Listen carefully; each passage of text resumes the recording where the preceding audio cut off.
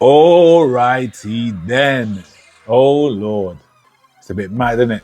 Let us get started. Let's have a chat, people.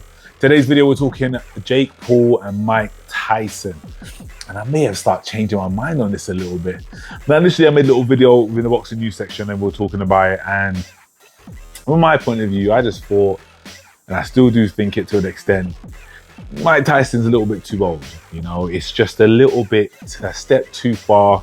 Jake Paul's a piece of crap for doing it. You know, I was a bit annoyed about it. And then I saw the training footage. Day two, we're getting ready for you. 1,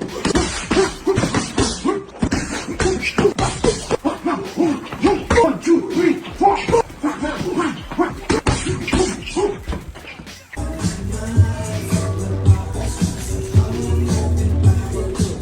Whoa.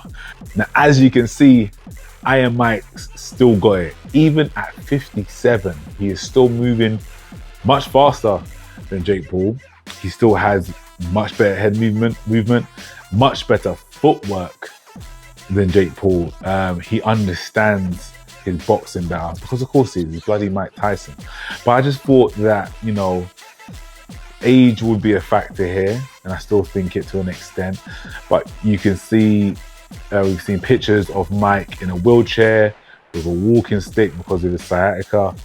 So I just, you know, I still think Jake Paul is a piece of crap for picking him. But that may change once you see the fight and if it's competitive.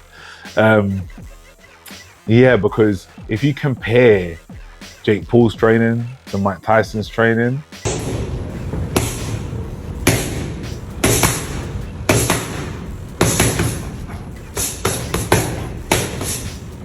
it's a bit peak, I'm not gonna lie.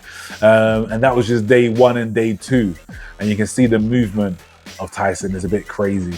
So what I wanna try and do is just have a little analysis, a very quick analysis of not their last best fights like I usually do, but we're gonna look at Tyson's most recent fight, because obviously you have to kind of judge him for when he's old man Tyson and not from young Tyson. You can't judge based on that. Reaction times has changed, his feet have changed, his, you know, bad hip, bad shoulder, bad knees are things that come with age. Father time is on the door. But he was still able, and even though it was an exhibition match, to have a good account of himself against Roy Jones Jr. So let's have a look at that fight and let's have a little chat about some of the great things he was doing. We're gonna have a little look at Jake Paul stuff, maybe his last fight against Ryan Bourland, and we can see, you know, some of the improvements that Jake's made, but also we'll start to see the mistakes he's making and how Tyson can capitalize on these mistakes. Let's have a look.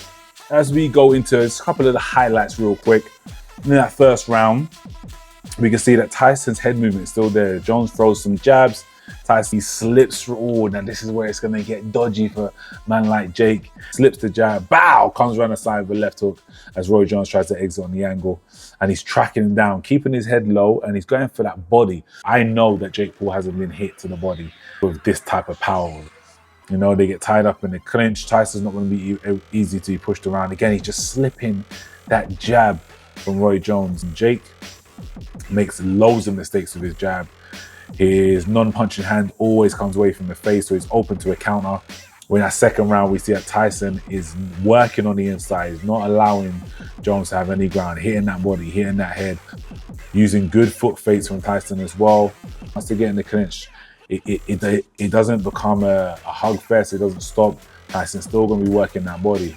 Oh, as we get to that fourth round, Tyson he unleashes some devastating uppercuts or hooks or shovel hooks to the body. Yeah, we've seen enough. We don't need to see any more of that. It's going to be a bit peak. So it's very, very quick because I don't want to hurt my eyes too much, but a very quick look at the Jake Paul fights, and let's see what's going on with this one. Well, let's have a look at the Bourland fight, a couple of these highlights. The long intro for no reason. Let's get it. Round one. Round one, straight away, Jake Paul tries to have that low lead hand. That's number one. That's going to be it's going to be to his downfall and his detriment. Throwing out lazy feeler jabs, will not get the job done. You know, there is some good improvement from Jake though.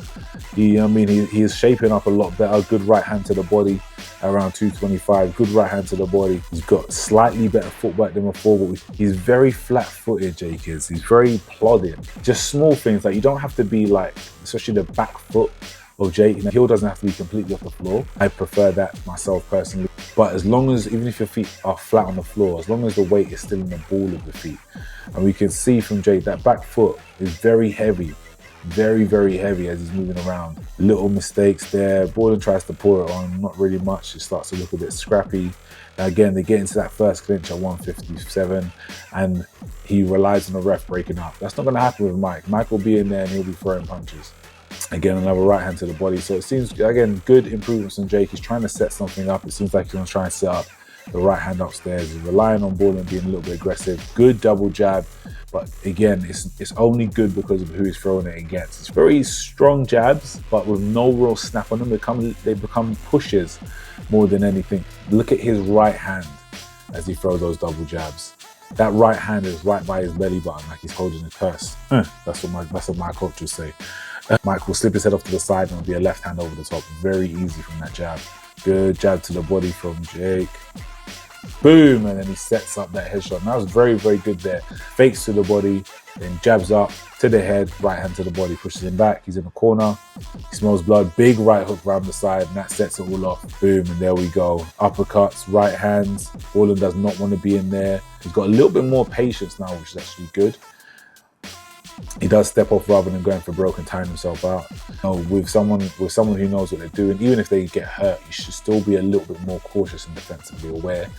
He doesn't have accuracy to throw that right hook. It's still landing on the glove slightly. At 57, he throws a very wild uppercut. Very wild uppercut. And he gets caught coming in there. So that's actually what I was saying. He needs to be very, very careful when you're going for the kill. Still going for that very wild uppercut again. It's just the accuracy. He doesn't have the accuracy. Gets caught again coming in. Anyone with more power would actually do some damage there. And up close, it just gets wild. Oh, Jesus, is that the stoppage? That was horrible. That was a horrible fight. Now, he made some improvements, but it's very kind of hard to give him any props on improvements when that's the level of opposition. And even though he has made improvements, he hasn't actually changed that much. In some places, actually, I do think he might have gone a little bit backwards. He seems a lot heavier. I think I don't know what his weight was for this fight, but even just in general, how he moves around, he just seems to be a little bit more ploddy. Maybe he's trying to sit on his punches a little bit more. His accuracy isn't really there, but I can't just be all bad on Jake. There were some good improvements there. You see the IQ is coming up a little bit by trying to set up shots by going to the body. Very basic IQ, going to the body, meant to come up top to the head. It's going to be an interesting one. I'm looking forward to seeing more Mike Tyson training videos. I think that might start swaying the bookies and swaying my mind as well. If it goes on this trend of Tyson looking better and better in training, I honestly feel like the fight might not even happen. I feel like Jake might pull out, something might happen, because I do have certain respect for Jake. Obviously, I have respect for him. He's getting in the ring, he's doing what he needs to do. And that's very respectful, and you have to give anyone who gets someone respect. But I just don't feel like he's going to fight someone who looks like an animal or looks like they could actually beat him. I don't count Tommy Fury because I think he's pants. Tyson, even though he's 57, he's looking dangerous. So let's see what happens. Let's see what Ryan does. Let me know what you're thinking. Sorry I had to talk about this one, but I saw Mike Tyson's training footage and I just thought, wow, he looks like he's back to his old self. I hate talking about this kind of crossover stuff, but to be fair to Jake, he is trying to go into the professional boxing realm. Even though this is not the professional boxing realm, this is very gimmicky. It's still Mike Tyson. He's still looking dangerous. Let me know what you think. Comment below. Please, people, like the video. The likes really, really help. I saw something like, and also subscribe. Come on, man, just put it in the background. I saw like 75% of the watchers aren't subscribed. Come on, join the fam. There'll be new videos coming every, I don't know, 2 seconds. We'll see. Peace.